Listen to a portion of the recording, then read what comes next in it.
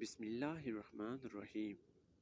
السلام علیکم عزیز دوستو، میں ہوں محمد خزام عاشق اور آپ دیکھ رہے ہیں گردش دوراں یوٹیوب چینل۔ دوستو، آج کے اس ویڈیو میں ہم آپ کی خدمت میں حضرت خالد بن ولید رضی اللہ تعالیٰ عنہ کی بے مثال شجاعت اور بہادری پر مشتمل داستان، جس کا نام ہے شمشیر بے نیام، جلد اول اور قسط نمبر 26 ہے، لے کر حاضر ہوئے ہیں، جسے لکھا ہوا ہے عنایت اللہ التمش نے۔ تو چلیں اس داستان کی قسط نمبر 26 کو شروع کرتے ہیں۔ مدینہ کے مسلمانوں نے راتوں کو بھی سونا چھوڑ دیا۔ جدھر دیکھو تیر تیار ہو رہے ہیں، تیروں سے بری ہوئی ترکشوں کے انبار لگتے جا رہے تھے اور برشیاں بھی بن رہی تھیں۔ گھوڑے اور اونٹ تیار ہو رہے تھے، تلواریں تیز ہو رہی تھیں اور نئی تلواریں بھی بن رہی تھیں۔ عورتیں اور بچے بھی جنگی تیاریوں میں مصروف تھے۔ رسول اکرم اور صحابہ اکرام بھاگتے اور دوڑتے نظر آتے تھے، لیکن مدینہ میں ایک گھر تھا جس کے اندر کچھ اور ہی سرگرمی تھی۔ وہ غیر مسلم گھرانہ تھا۔ وہاں ایک اجنبی آیا بیٹھا تھا۔ گھر میں ایک بوڑھا تھا، ایک ادھیڑ عمر آدمی، ایک جوان لڑکی، ایک ادھیڑ عمر عورت اور دو بچے تھے۔ میں مسلمانوں کے ارادے دیکھ آیا ہوں، اجنبی نے کہا۔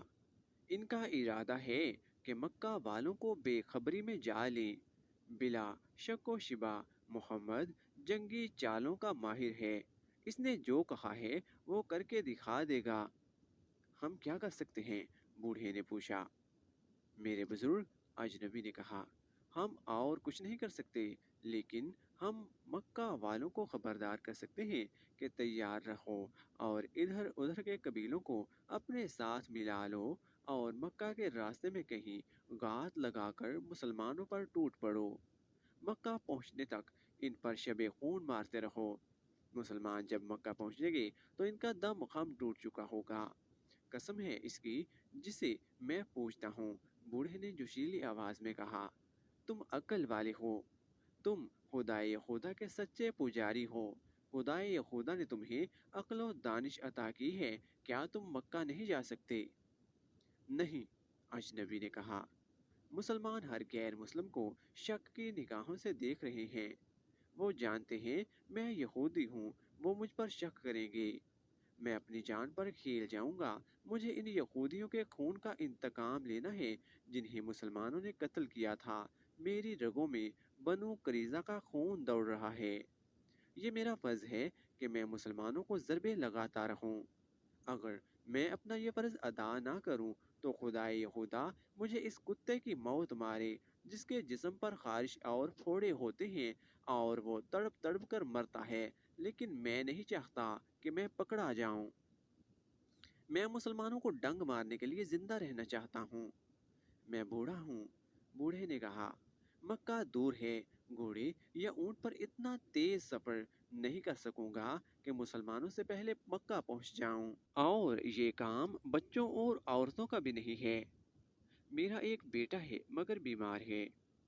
اس انعام کو دیکھو جو ہم تمہیں دے رہے ہیں، اجنبی یہودی نے کہا۔ یہ کام کر دو، انعام کے علاوہ ہم تمہیں اپنے مذہب میں شامل کر کے اپنی حفاظت میں لے لیں گے۔ کیا یہ کام میں کر سکتی ہوں؟ ادھیڑ عمر عورت نے کہا۔ تم نے میری اونٹنی نہیں دیکھی، تم نے مجھے اونٹنی کی پیٹھ پر کبھی نہیں دیکھا۔ اتنی تیز اونٹنی مدینہ میں کسی کے پاس نہیں۔ ہاں، یہودی نے کہا، تم یہ کام کر سکتی ہو۔ اونٹوں اور بکریوں کو باہر لے جاؤ، تمہاری طرف کوئی دھیان نہیں دے گا۔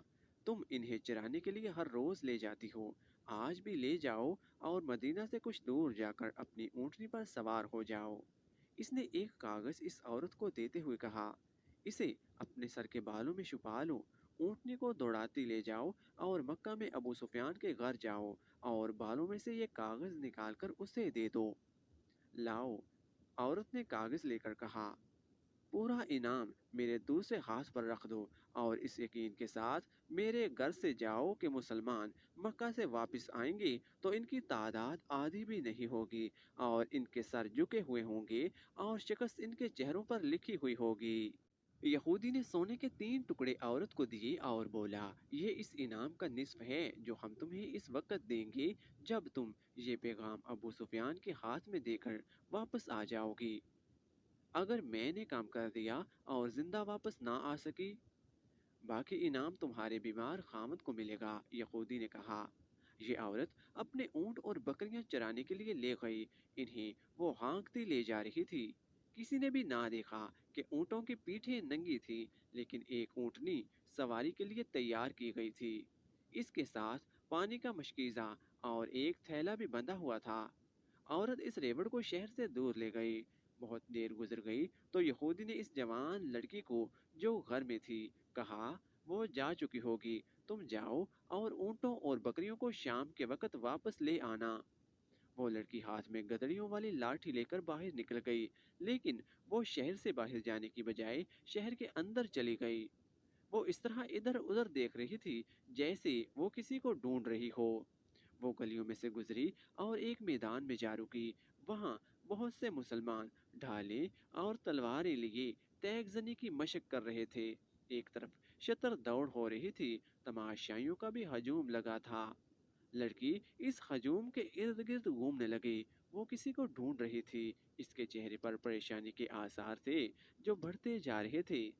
इसके कदम तेजी से उठने लगे। एक जवान साल आदमी ने इसे देख लिया और बड़ी तेज चाल चलता इसके पीछे गया। करीब पहुंचकर इसने धीमी सी आवाज में कहा, जारिया। लड़की ने चौंक कर पीछे देखा और इसके चेहरे से परेशानी का तासुर उड़ गया। वहीं आ जाओ, जारिया ने कहा और वो दूसरी तरफ चली गई। जारिया को वहां पहुंचे खासा वक्त लग गया था, जहां वो औरत ऊँटों और बकरियों को ले जाया करती थी। ऊँट और बकरियां वहीं थी, वो औरत और इसकी ऊँटनी वहां नहीं थी। जारिया वहां इस अंदाज से बैठ गई जैसे बकरियां चराने आई हो। वो बार बार उठती और शहर की तरफ देखती थी। इसे अपने तरफ कोई आता नजर नहीं आ रहा था। वो एक बार फिर परेशान होने लगी।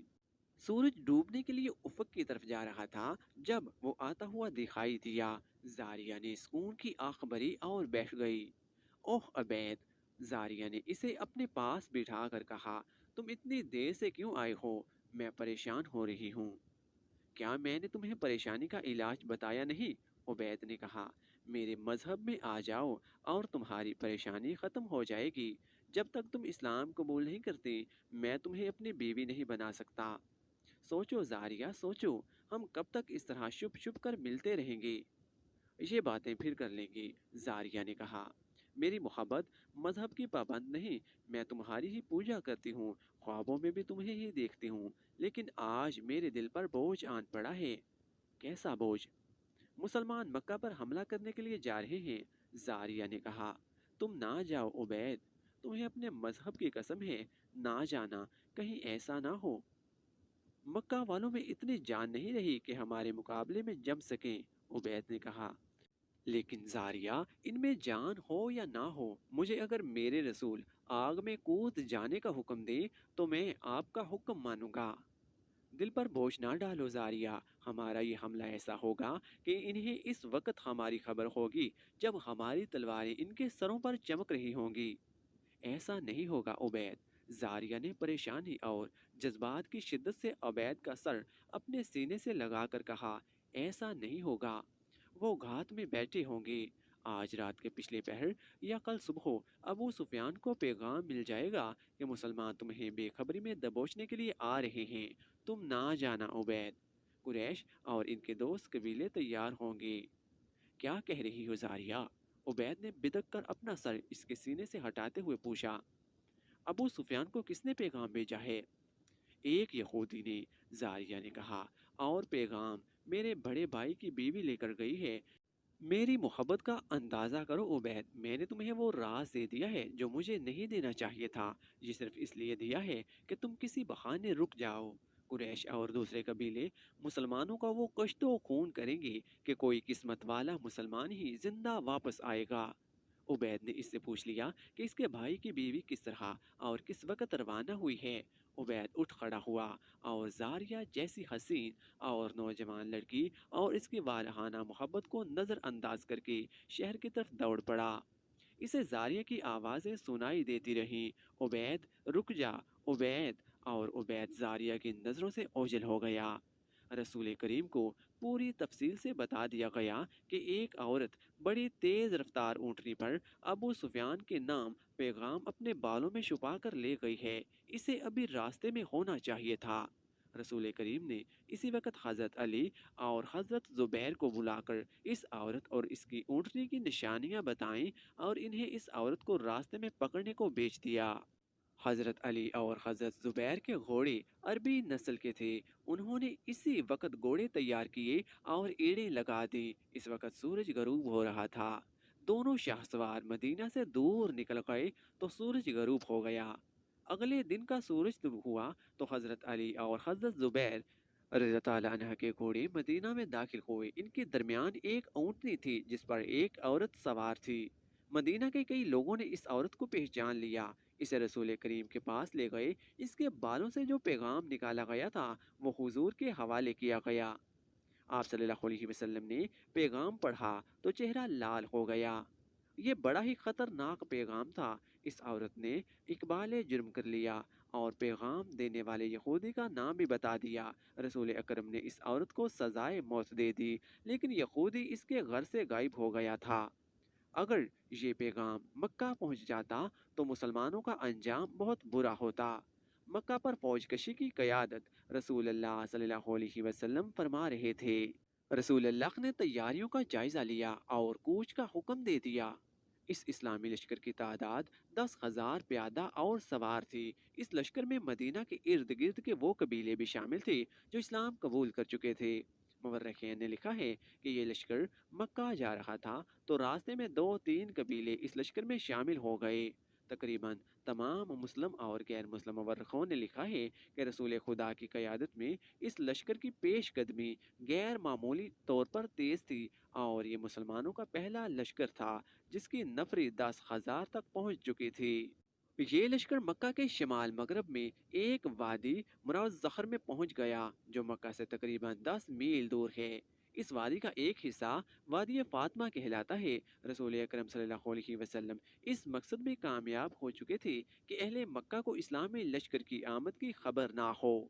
अब खबर हो भी जाती तो कोई फर्क नहीं पड़ता था।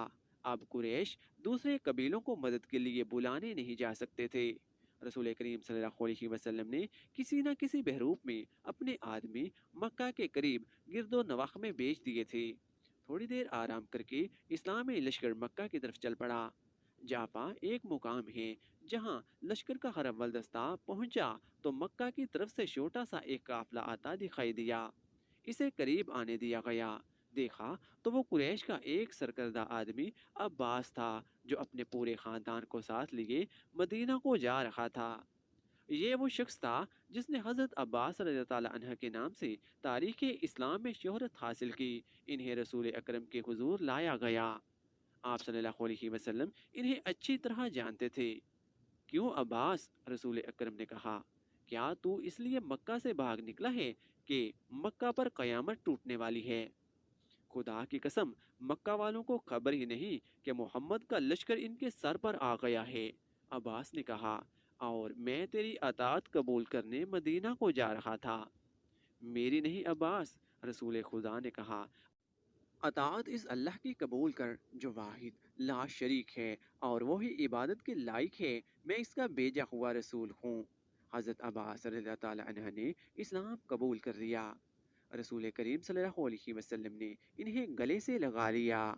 आप सल्लल्लाहु अलैहि वसल्लम को मुसरत इससे हुई कि अहले कुरैश मक्का में बेफिक्र और बेगम बैठे थे। हज़रत अब्बास ने जब ये सूरत हाल देखी तो उन्होंने रसूल अल्लाह से कहा कि अहले कुरैश आखिर हमारा अपना खून है। 10,000 के इस लश्कर के कदमों में कुरैश के बच्चे और औरतें भी कुचली जाएंगी। अब्बास ने रसूल अल्लाह को ये भी बताया कि कुरैश में इस्लाम की कबूलियत की एक लहर पैदा हो गई है। क्या ये मुनासिब ना होगा कि इन्हें सुलह का एक मौका दे दिया जाए? रसूल अकरम ने अब्बास रज़ी अल्लाह अन्हु से कहा कि वही मक्का जाएं और अबू सुफियान से कहें कि मुसलमान मक्का पर कब्जा करने आ रहे हैं। अगर अहले मक्का ने मुकाबला किया तो किसी को जिंदा नहीं छोड़ा जाएगा, इसलिए बगैर किसी मज़ाहमत के मक्का शहर मुसलमानों के हवाले कर दिया जाए। रसूल अकरम सल्लल्लाहु अलैहि वसल्लम ने अब्बास रज़ी अल्लाह अन्हा को ना सिर्फ मक्का जाने की इजाज़त दी बल्कि इन्हें अपना खंजर भी दिया, जो आप सल्लल्लाहु अलैहि वसल्लम घोड़े के अलावा अपने साथ रखा करते थे। अबू सुफियान मदीना से जो तासुर लेकर गया था वो इसके लिए बड़ा ही डरावना और ख़तरनाक था। वो तजर्बाकार आदमी था और वो मुसलमानों की शजाअत और अज़म की पुख्तगी से भी वाकिफ़ था। इसे हर लम्हा दड़का लगा रहता था कि मुसलमान मक्का पर हमला करेंगे। इसकी बीवी हिंद, इसके सालार अकरमा और सफवान इसका हौसला बढ़ाते रहते थे, लेकिन इसे अपने ज़ाती वक़ार की और अपने कबीले की तबाही नज़र आ रही थी। वो हर वक्त बेचैन रहने लगा था। एक रोज वो इस कदर बेचैन हुआ कि घोड़े पर सवार होकर मक्का से बाहर चला गया। इसकी कोई हिस्स इसे बता रही थी कि कुछ होने वाला है। इसके दिल पर घबराहट तारी होती चली गई। इसने अपने आप से कहा कि होगा यही कि मुसलमान मक्का पर हमला करने आ जाएंगे। ये सोचकर वो ये देखने के लिए मदीना के रास्ते पर हो लिया कि मदीना की फौज आ तो नहीं रही। इसे ऐसे महसूस हो रहा था जैसे हवा की बू भी बदली बदली सी है। वो इन सोचों में गुम था कि मक्का से चंद मील दूर निकल गया। इसे अब्बास रज़ी अल्लाह अन्हा एक खच्चर पर सवार अपनी तरफ आते हुए दिखाई दिए। वो रुक गया। अब्बास, इसने पूछा, तुम अपने पूरे खानदान के साथ नहीं गए थे, वापस क्यों आ गए हो? मेरे खानदान की मत पूछ ए अबू सुफियान, अब्बास रज़ी अल्लाह अन्हा ने कहा। मुसलमानों का 10,000 प्यादों, घुड़सवारों और शुतर सवारों का लश्कर मक्का के इतना करीब पहुंच चुका है जहां से छोड़े हुए तीर मक्का के दरवाजों में लग सकते हैं। क्या तू मक्का को इस लश्कर से बचा सकता है? किसी को मदद के लिए बुला सकता है तू? सुलह का मुआहदा तेरे सालारों ने तोड़ा है। मोहम्मद, जिसे मैं अल्लाह का रसूल मान चुका हूँ, सबसे पहले तुझे कत्ल करेगा। अगर तू मेरे साथ रसूल अल्लाह सल्लल्लाहु अलैहि वसल्लम के पास चले तो मैं तेरी जान बचा सकता हूँ। खुदा की कसम, मैं जानता था मुझ पर ये वक्त भी आएगा। अबू सुफियान ने कहा, चल, मैं तेरे साथ चलता हूँ। शाम के बाद अब्बास रज़ी अल्लाह अन्हा अबू सुफियान को साथ लिए मुसलमानों के पड़ाव में दाखिल हुए। हजरत उमर रज़ी अल्लाह अन्हा कैंप के पहरेदारों को देखते फिर रहे थे। उन्होंने अबू सुफियान को देखा तो आग बगोला हो गए। कहने लगे कि अल्लाह के दीन का ये दुश्मन हमारे पड़ाव में रसूल अल्लाह सल्लल्लाहु अलैहि वसल्लम की इजाज़त के बगैर आया है। उमर रज़ी अल्लाह अन्हा रसूल खुदा के खेमे की तरफ दौड़ पड़े। वो अबू सुफियान के कत्ल की इजाज़त लेने गए थे, लेकिन अब्बास रज़ी अल्लाह अन्हा भी पहुंच गए। रसूल अकरम सल्लल्लाहु अलैहि वसल्लम ने इन्हें सुबह को आने को कहा। अब्बास रज़ी अल्लाह अन्हा ने अबू सुफियान को रात अपने पास रखा। अबू सुफियान सुबह रसूल करीम सल्लल्लाहु अलैहि वसल्लम ने अबू सुफियान से पूछा, क्या तू जानता है कि अल्लाह वहदा व ला शरीक है और वही माबूद है और वही हम सबका मददगार है? मैंने ये ज़रूर मान लिया है कि जिन बुतों की इबादत मैं करता रहा हूँ वो बुतों के सिवा कुछ भी नहीं। अबू सुफियान ने कहा, वो मेरी कोई मदद नहीं कर सके। फिर ये क्यों नहीं मान लेता कि मैं इस अल्लाह का रसूल हूँ जो माबूद है? रसूल करीम ने पूछा। मैं शायद ये ना मानूं कि तुम अल्लाह के रसूल हो, अबू सुफियान ने हारी हुई सी आवाज़ में बोला। अबू सुफियान, अब्बास ने कहर भरी आवाज़ से कहा, क्या तू मेरी तलवार से अपना सर तन से जुदा कराना चाहता है? अब्बास रज़ी अल्लाह अन्हु ने रसूल करीम से कहा, या रसूल अल्लाह, अबू सुफियान एक कबीले का सरदार है, बावकार और खुददार भी है। ये मुल्तजी होकर आया है। अबू सुफियान पर कुछ ऐसा असर हुआ कि इसने बे इख्तियार कहा, मोहम्मद अल्लाह के रसूल हैं। मैंने तस्लीम कर लिया, मैंने मान लिया। जाओ, रसूल करीम सल्लल्लाहु अलैहि वसल्लम ने कहा, मक्का में ऐलान कर दो कि मक्का के वो लोग मुसलमानों की तलवारों से महफूज रहेंगे जो अबू सुफियान के घर में दाखिल हो जाएंगे, और वो लोग महफूज रहेंगे जो मस्जिद में दाखिल हो जाएंगे, और वो लोग भी महफूज रहेंगे जो अपने दरवाजे बंद करके अपने घरों में दाखिल रहेंगे। ابو सुफियान इसी वक्त मक्का को रवाना हो गया और रसूल अकरम सल्लल्लाहु अलैहि वसल्लम ने सहाबा इकराम के साथ इस मसले पर तबादला ख्याल शुरू कर दिया कि मक्का में अकरमा और सफवान जैसे माहिर और दलेर सालार मौजूद हैं। वो मुकाबला किए बगैर मक्का पर कब्जा नहीं होने देंगे। मोअज़्ज़िज़ ख़वातीन व हज़रात, शमशीर बेनियाम की किस्त नंबर 26 मुकम्मल हो चुकी है। अगली एक साथ देखने के लिए चैनल को सब्सक्राइब कर लीजिएगा।